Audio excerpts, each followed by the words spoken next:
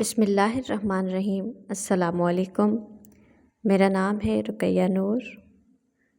آپ کے اپنے یوٹیوب چینل تعلیمات اسلامی میں آج سے ہم کتاب کا آغاز کرنے والے ہیں۔ کتاب کا نام ہے 110 سوال و جواب، جو کہ حضرت آیت اللہ عثمان ناصر مکارم شیرازی کی ہے، جس کے مترجم ہیں اقبال حیدر حیدری۔ آج ہم لیسن نمبر 1 کا اسٹارٹ کر رہے ہیں۔ انشاءاللہ کے تسلسل کے ساتھ یہ کتاب آپ کے گوش گزار ہوگی۔ بسم اللہ الرحمن الرحیم۔ قال رسول اللہ صلی اللہ علیہ وآلہ وسلم انی تارک فیکم الثقلین کتاب اللہ و عترتی اہل بیتی ما ان تمسکتم بہما لن تضلوا ابدا وآلہما لن یفترقا حتی یردا علی الحوض۔ حضرت رسول اکرم صلی اللہ علیہ وآلہ وسلم نے فرمایا، میں تمہارے درمیان دو گراں قدر چیزیں چھوڑے جاتا ہوں، ایک کتاب خدا اور دوسری میری عترت اہل بیت علیہ السلام۔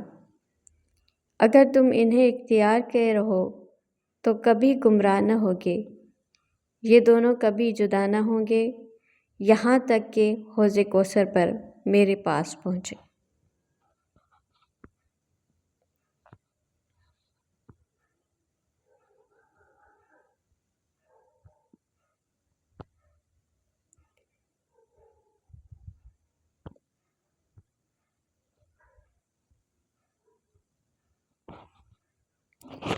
آج کے ہمارے درس کا موضوع ہے معرفت خدا۔ خدا کی معرفت کیوں ضروری ہے؟ جب یہ بات اپنی جگہ مسلم ہے کہ کوئی بھی فعل بغیر علت کے نہیں ہوتا، تو پھر اس دنیا کے خالق کی معرفت اور اس کو پہچاننے کے لیے بھی کوئی نہ کوئی علت اور سبب ہونا چاہیے۔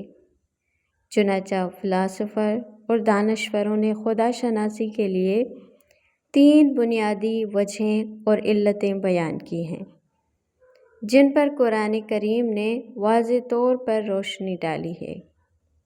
نمبر 1 عقلی علت، نمبر 2 فطری علت، نمبر 3 عاطفی علت۔ عقلی علت: انسان کمال کا عاشق ہوتا ہے اور یہ عشق تمام انسانوں میں ہمیشہ پایا جاتا ہے۔ انسان جس چیز میں اپنا کمال دیکھتا ہے اس کو حاصل کرنے کی کوشش کرتا ہے۔ البتہ یہ بات علیحدہ ہے کہ بعض لوگ خیالی اور بیہودہ چیزوں ہی کو کمال اور حقیقت تصور کر بیٹھتے ہیں۔ کبھی اس چیز کو منافع حاصل کرنے اور نقصان سے روکنے والی طاقت کے نام سے یاد کیا جاتا ہے، کیونکہ انسان اسی طاقت کی بنا پر اپنی ذمہ داری سمجھتا ہے جس چیز میں اس کا فائدہ یا نقصان، اس پر خاص توجہ۔ انسان کی اس طاقت کو غریزہ کا نام دینا بہت مشکل ہے، کیونکہ معمولاً غریزہ اس اندرونی رجحان کو کہا جاتا ہے جو انسان اور دیگر جانداروں کی زندگی میں بغیر غور و فکر کے اثر انداز ہوتا ہے۔ اسی وجہ سے حیوانات کے یہاں بھی غریزہ پایا جاتا ہے، لہٰذا بہتر ہے کہ اس طاقت کو اعلیٰ رجحانات کے نام سے یاد کیا جائے، جیسا کہ بعض لوگوں نے اس کا تذکرہ بھی کیا ہے۔ بہرحال انسان کمال دوست ہوتا ہے اور ہر مادی و معنوی نفع کو حاصل کرنا چاہتا ہے، ہر طرح کے ضرر نقصان سے پرہیز کرتا ہے۔ چنانچہ اگر انسان نفع یا نقصان کا احتمال بھی ہو تو اس چیز پر توجہ دیتا ہے، اور جس قدر یہ احتمال قوی تر ہو جاتا ہے اسی اعتبار سے اس کی توجہ بھی بڑھ جاتی ہے۔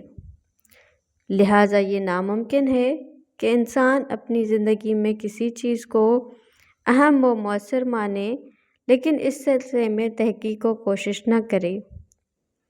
خدا پر ایمان اور مذہب کا مسئلہ بھی انہی مسائل میں سے ہے، کیونکہ مذہب کا تعلق انسان کی زندگی سے ہوتا ہے اور اسی سے انسان کی سعادت اور خوشبختی یا شقاوت بدبختی کا تعلق ہوتا ہے، اور اسی کے ذریعے انسان سعادت مند ہوتا ہے یا بدبخت ہو جاتا ہے، اور ان دونوں میں ایک گہرا ربط پایا جاتا ہے۔ اس بات کو واضح کرنے کے لیے بعض علماء مثال بیان کرتے ہیں۔ فرض کیجیے ہم کسی ایک کو ایسی جگہ دیکھیں جہاں سے دو راستے نکلتے ہوں اور وہ کہے کہ یہاں پر رکنا بہت خطرناک ہے،